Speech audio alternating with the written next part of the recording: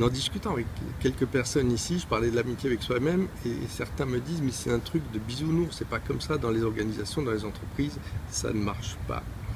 Et je pensais ça moi aussi pendant bien longtemps. Je me suis rendu compte au fil de mes études, de mes enquêtes et puis de ce que j'ai découvert récemment que c'était faux. En fait, je me trompais, c'est pas comme ça. Et je l'ai découvert à travers mon propre travail. Et ça a été confirmé récemment par une étude qu'a réalisée Google au niveau mondial.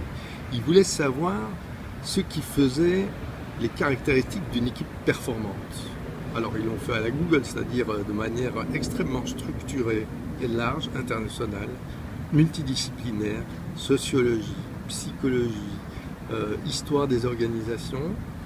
Et ce qu'ils ont découvert, c'est que la première caractéristique d'une équipe performante, c'est la sécurité psychologique. Le fait que les membres de l'équipe se sentent en sécurité pour exprimer leurs opinions, leurs idées, leurs critiques, leurs craintes, leurs émotions. Et cette sécurité psychologique, elle vient d'abord et avant tout de la bienveillance qui est cultivée par les membres de ces équipes. Et d'où vient cette bienveillance pour les autres?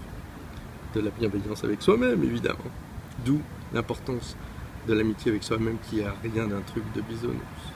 Alors si vous avez envie de faire en sorte que dans votre vie professionnelle, avec vos équipes, les relations soient plus intéressantes, ou d'améliorer les relations dans votre famille, dans votre couple, avec vos enfants, avec vos proches, vous avez peut-être une idée de ce qu'il reste à faire.